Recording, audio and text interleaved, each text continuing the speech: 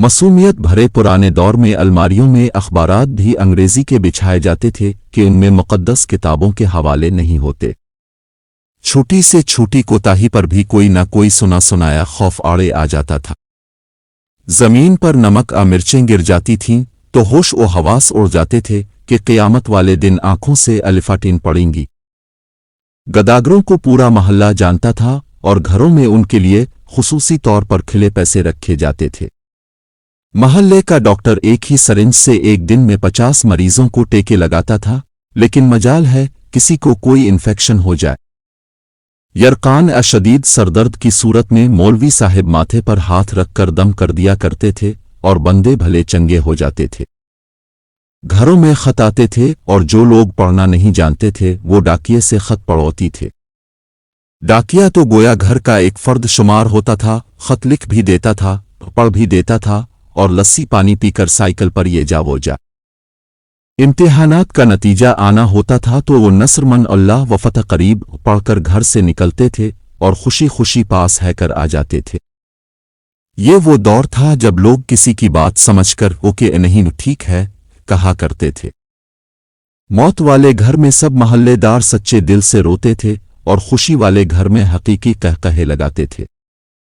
हर हमसाया अपने घर से सालन की एक प्लेट साथ वालों को भेजता था और अलिफादेर से भी प्लेट खाली नहीं आती थी। मीठे की 3 ही अक़साम थीं, हलवा, जर्दा और खीर। आइस करीम दाकानों से नहीं लकड़ी की बनी रेड़ियों से मलती थी जो म्यूजिक नहीं बजाती थी।